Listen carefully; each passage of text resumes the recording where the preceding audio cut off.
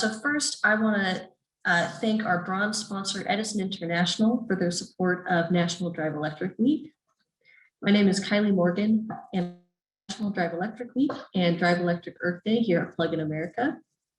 And I'm joined today by two co-hosts, Elaine Borsett and Hugh Lay. Hi, I'm Elaine Borsett. I'm Vice President of Electric Auto Association and President of the Electric Vehicle Association of San Diego, one of our chapters. Hi everyone, my name is Hugh Lay and I'm a campaign representative with the Sierra Club. I'm based here in Washington, D.C.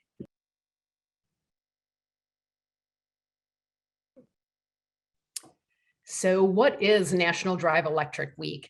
It's a nationwide campaign of events that promote driving electric. They're organized by local volunteers and organizations. The national team is made up of Plug in America, Electric Auto Association, and Sierra Club. We provide support to all events across the US in a variety of ways. We have no-cost EV materials, including printed material, banners, online event pages for each and every event, event insurance, and other resources that you can find on our website, which is driveelectricweek.org. You can access our social media guide, and that's open to the public. To access the event planning guide, you need to log into the website, and then you can find it on your account page. There's so much information there, and we have so many resources, so please utilize those. We have information on hashtags. You can use hashtag IndyEW 2021, hashtag your location. We have sample Facebook posts and more. You can also check the resources page on our website for helpful templates and social media content. Thanks, Elaine. So when planning for an inclusive electric vehicle event for NDU, first we want to make sure that you consider the following items when you're planning for your event to make sure that they're inclusive and also easily accessible to attendees and members of the general public. So first things first, make sure to remember to also feature used electric vehicles and to refer to the great Plug in America resource, the Used EV Buyer's Guide. And then in terms of site location, make sure you choose a site location that's easily accessible to the public, where people, especially those with disabilities and whatnot, can also easily navigate that site location as well. The other thing to consider is to have someone at your event, a volunteer who can check in with some of the attendees and to assist people, especially those with vision, hearing, and mobility impairments as well. In terms of actual promotion of your event, make sure that your promotions are in different languages and that you create sort of in-language materials that reflect some of the key different ethnic or racial demographics of your area, especially the languages associated with those demographics as well. And to recruit the volunteers that may be able to speak those languages, as that will be very, very helpful. Thanks, Hugh. So how do you engage dealerships? I recommend visit your local dealerships now if you haven't already. You can also email or phone, but in-person visits really work well at building a relationship with them. So be aware that weekends, if your event's on a weekend, weekends can be tough for dealerships. A lot of times they don't want to give up cars and or people on weekends. However, if you've built up that relationship, a lot of times they will work with you. So you can also, if they don't have a salesperson available for a vehicle, if you're just having a static display, a lot of times they can just drop a vehicle off to have on display at your location. So let them know that your volunteers know electric vehicles and you'll be able to direct customers right into their showrooms. Use PlugStar to find PlugStar certified dealers in your area. If you're not familiar with the PlugStar program, be sure to check it out. PlugStar has dealers that are certified that they're EV friendly and EV knowledgeable. So that's really where you want to send people. You can find the dealer outreach form by going to your account page and then the event planning guide. So we can't guarantee that a local dealership will join your event, but fill out that form if you do need a dealer, and we'll do our best to make that happen. Keep in mind that having a wide variety of EVs is always a good thing. So be sure to have, used EVs. And a lot of times if you have the newer, the less common EVs, such as the new Mach-E, even the Porsche Taycan, the VW ID4, those can be a really good draw for your event. So where do you find owners? So you can find owners in a lot of different places. Electric Auto Association has about 100 chapters across the country. So that's a great place to start. You can go to electricauto.org and chapters, and we have a find a chapter page. You can see if there's a chapter in your area. Plug in America has volunteers. You can email support@driveelectricweek.org.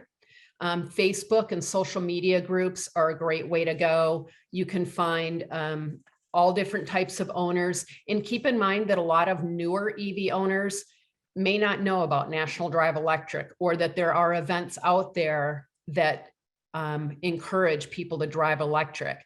Many of them are really super excited, and they're like the rest of us. They really want to talk to people about driving electric, all the benefits, and kind of show off their vehicle.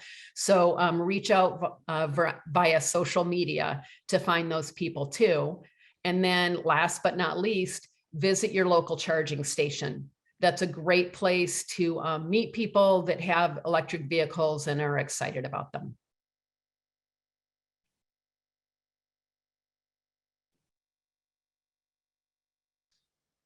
All right, thanks so much, Elaine.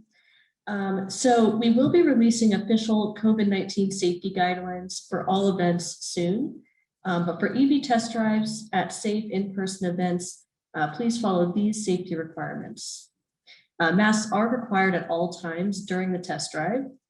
You may also want to ask your dealership if they offer touchless test drives, where the dealer will allow the driver to drive the vehicle without them. And if the dealer has to stay in the vehicle with the test driver or riders, just make sure to ensure that there's at least one seat of space between the dealer and another person. And finally, you want to make sure that the windows are down at all times and that frequently touched surfaces are cleaned after each test drive. There's also other guidance on using shared vehicles at that link. After this webinar, we'll share the slide deck so you can access that link then. All right, so next, if you're conducting test drives, you'll want to make sure drivers and riders sign a liability waiver. Each automaker may have their own, but we can also provide a template if necessary. And then you also want to check that each person has a valid driver's license. Depending on the dealership or automaker you're working with, they may have a minimum age requirement as well. Your site host or city may require special insurance or permits for doing EV test drives. So make sure to check if that's required at your site location or in the surrounding streets. And then an important note is that if EV owners are giving test drives or rides, that activity is only covered under their own auto insurance. So they'll want to check if that's covered before they provide test drives. Even if your event and test drive activity is covered by an insurance policy, those policies generally don't cover test drives or rides provided by individual owners in their own vehicles.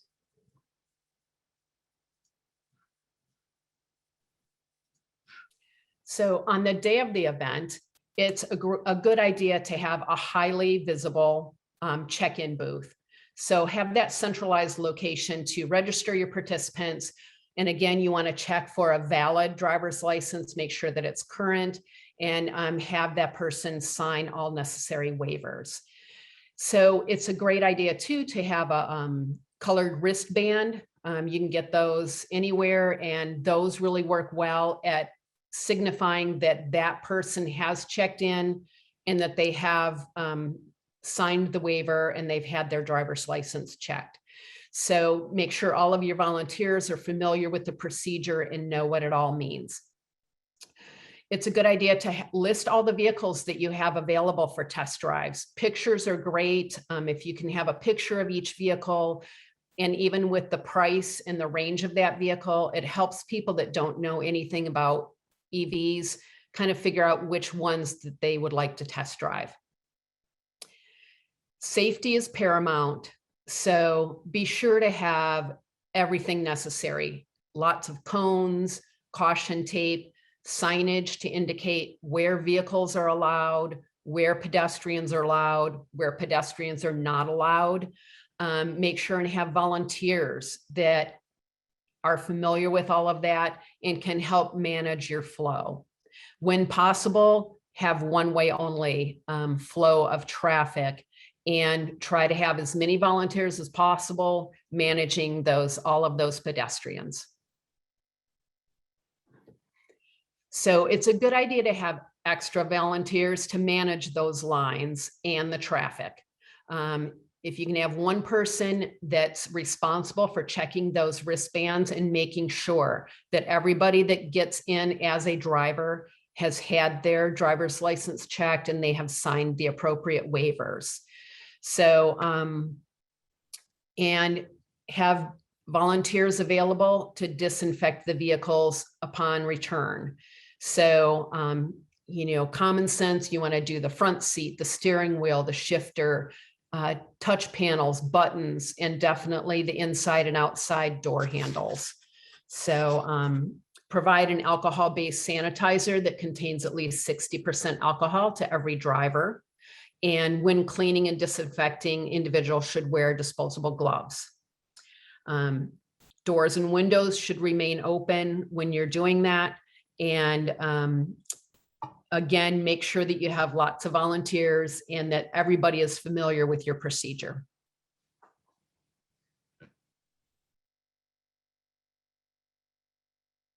So if you're providing test drives, review the drive route and the map with each driver before they depart. So, and keep in mind that for a successful test drive, you don't need to do a 20-30 minute test drive. The route just needs to be about a mile or two long, is typically most of the test drives that we've done. And that works really well. It gives people a really good taste of what an electric vehicle can do. And if they would like a longer test drive, you can always recommend that they go to the dealership and let them know that they go to the dealership. They can probably do as long a test drive as they would like. If you are having owners that are providing the test drive vehicles, be sure to let them know ahead of time that their car should arrive clean and fully charged. Also, I usually recommend that they don't leave any personal or valuables, in personal information or any valuables in the car that in case they're not attending the car. But be sure and just impress upon them, arrive with a clean car with a full state of charge. Thanks, Elaine. So in terms of like the 1 or 2 miles recommended on the route, it should last between 10 to 15 minutes, but also should include a variety of legal speeds and should only have right turns only. And when riding along with the test driver, it's very important to make sure that you're engaging with them and that you're keeping them engaged along during the ride as well. And one of the best ways to do that is just to simply explain, why you love EVs and why you love driving them.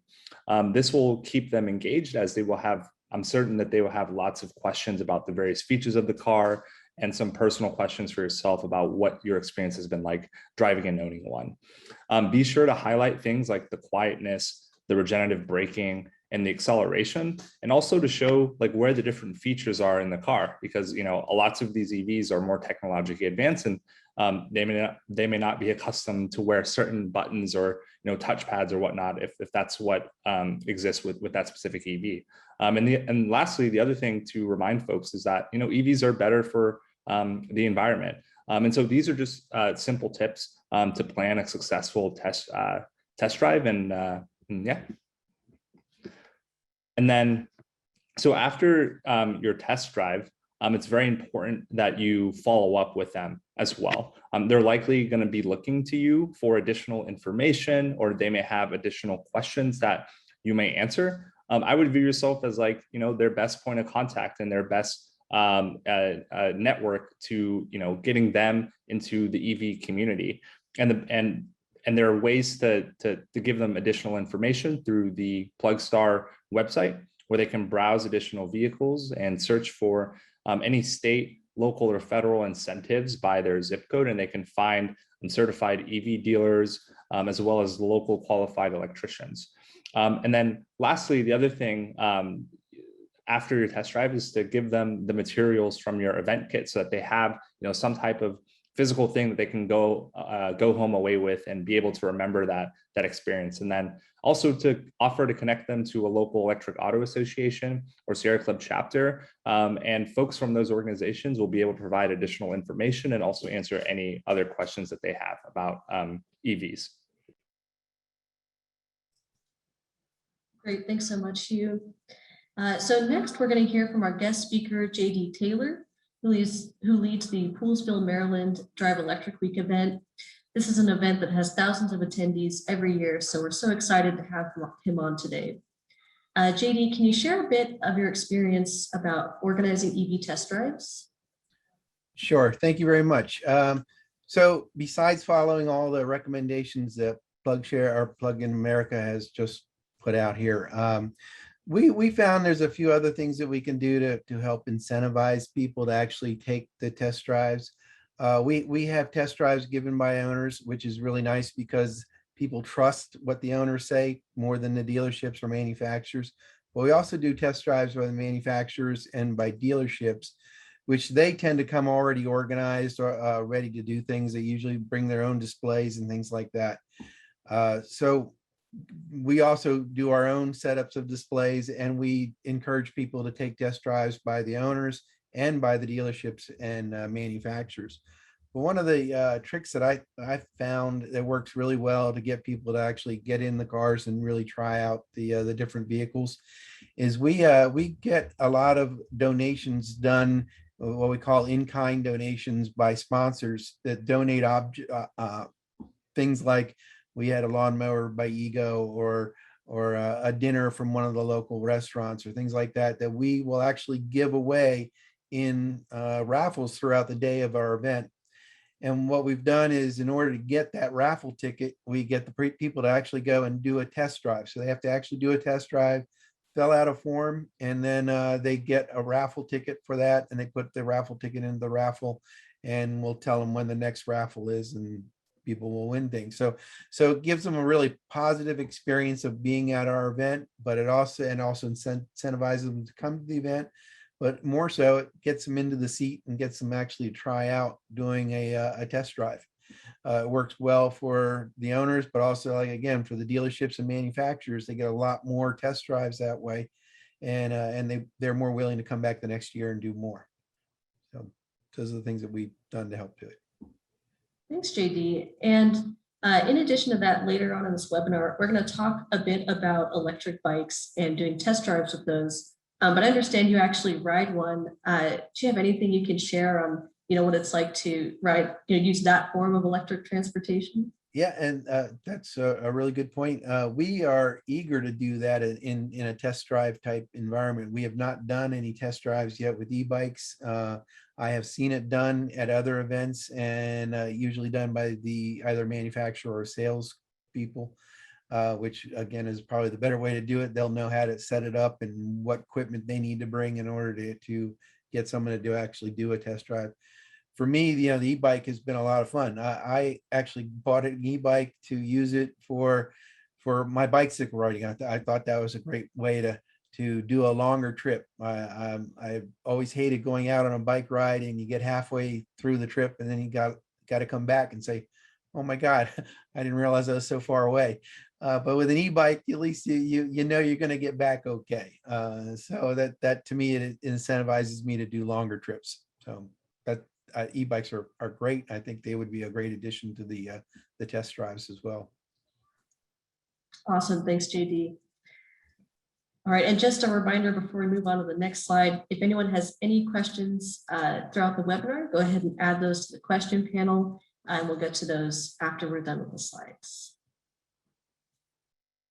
Yeah, and just following up on the e-bikes. So if you do have e-bikes at your event, make sure that your attendees show up with the proper safety equipment to test ride the e-bikes that are present. Email them beforehand, and then make sure that they bring their own helmet, and to make sure that they also wear proper footwear. So for adults, they will be test riding on the streets, and very similar to some of the EV procedures, use the same check-in process, make sure that they have a valid driver's license and a signed liability waiver as well, and to provide a route map with bike lanes if possible.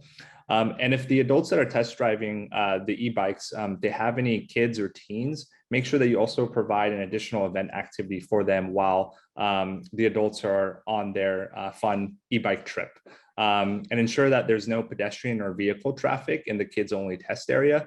A parking lot would be a good area to have sort of this sort of site location for the kids and teens while the adults are away. To always make sure that there's one person monitoring for safety as well. And then obviously demonstrate to people how to use the e-bikes.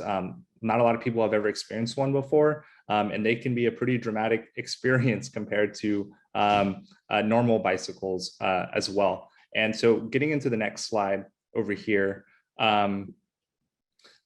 So e-bikes, they go very, very fast and with very little effort. So, you know, as part of the guidance, make sure that you remind them to brake a little earlier. And the second thing is to ride with a faster cadence. This is important because e-bikes are most efficient when they're pedaled at a faster cadence than is typically used on a regular bike, especially when climbing hills, and to ride in low assist modes as much as possible. And then to also mention that, you know, spinning the pedals faster can extend the battery life, and slower spinning reduces it. And also cold temperatures reduce battery life as well. So yeah, these are just some of the owner's guidance, and I'll pass it on next to my colleague. All right, thanks, Hugh.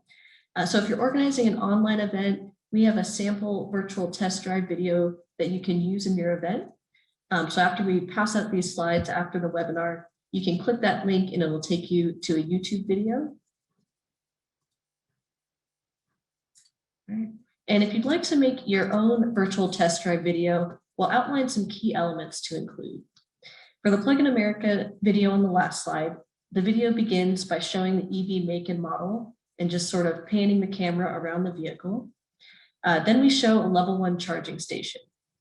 Explaining how charging works while also showing the charging station is really helpful for people who know nothing about EVs and may be intimidated by using this new technology. You can also show how the station plugs into a standard 120 volt wall outlet, and then show what happens when it's plugged into the vehicle.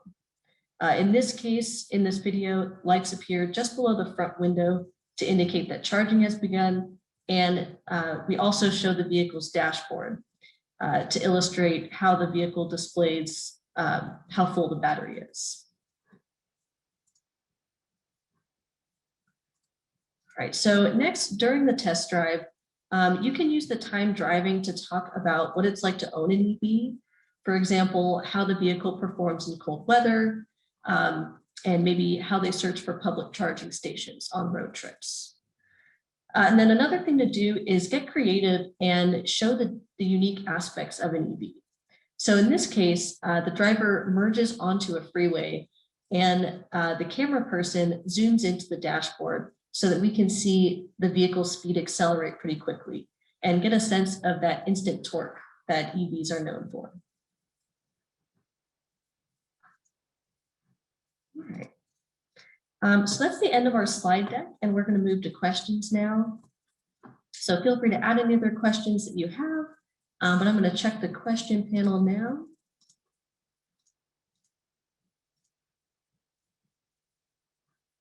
Okay, it looks like we have 4 questions. Okay.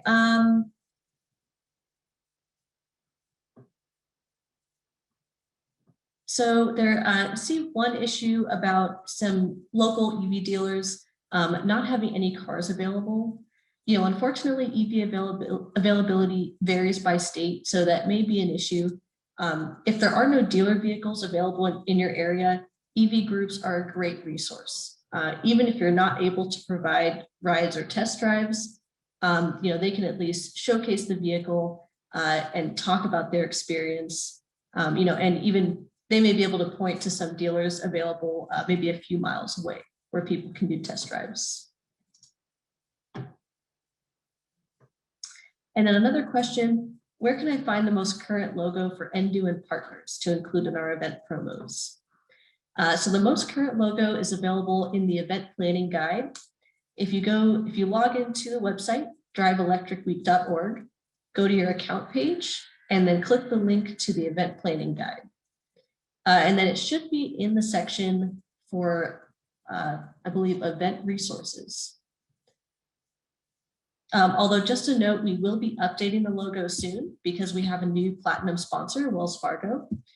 So we'll send an email when that's ready. All right, and then I'm going to move to the chat. I see we have a few questions there.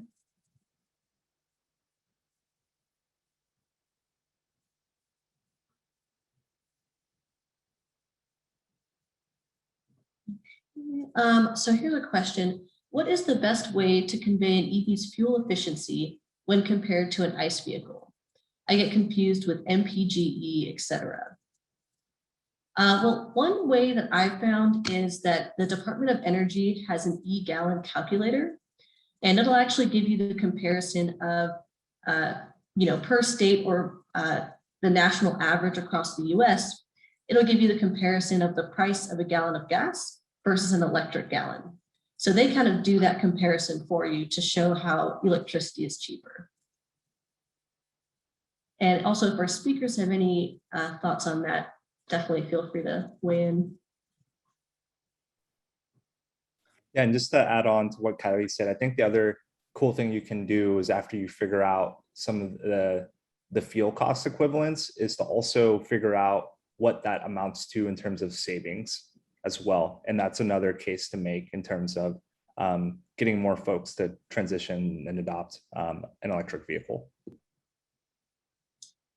Yeah, and actually on plugstar.com, if you browse vehicles and then choose any of the electric vehicles, it offers a comparison to a similar gas vehicle to show you the overall cost savings over many years. So that might also be a good tool. And then we have another question here. What advice or resources do you have for creating an event budget? I might pass this one off to Elaine or JD, as you're like the yearly event organizers. Okay, well, this is JD. So that's a really good question. We actually plan our budget based on what kind of sponsors we get and how much income we get from them. You know, there's a lot of costs involved in setting it up, but you can actually do it with very, very little costs. I know there are a lot of events that are just a parking lot and several cars that come out to volunteer to show their cars off. You know, that doesn't really cost anything. And we did that for a while, and every year we keep building it up more and more. And as we got more sponsors, then we could do things like buy more signage, put more ads out there. So we've kind of done our budget more as an afterthought more than planning it out. We just see what we got from the last year and decide, okay, well, now we can buy several more signs. We can do a little more ads, things like that. So it's something you kind of build up over the years. Hope that helps. Yeah, and one of the things you can consider too is that if you're having trouble finding dealers that can do the test drives for you, see if there are some owners that are willing to do them. I know we've even done ride-alongs, which, you know, aren't as good as a ride and drive event, but it still really gets a taste for people of, you know, what being in a vehicle is like. Of course, with COVID, we'll kind of have to see how all of that goes. But yeah, you can definitely do things on a budget. And if you can find the dealers that are willing to do the events, then really all you need is a location. And to add to what Lane was saying, to get the owners, a lot of them do just want to do the let people ride in their cars rather than drive their cars, and I understand that. But to get owners, there's a lot of EV groups around. I became a member of almost all the EV groups and all the green groups in our area. I go to all their meetings and I get online with them and I talk about our event there, and that's where a lot of our owners came from. Thank you both. That's really helpful. And then we also have another question. Is the PlugStar dealer program currently available in all states?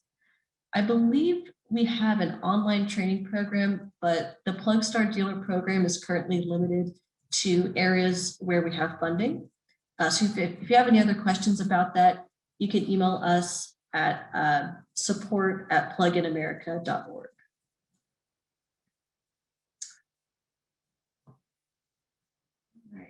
And I'm going to check the question panel one more time. Okay, so I think we've answered all the questions that we're able to answer on this call.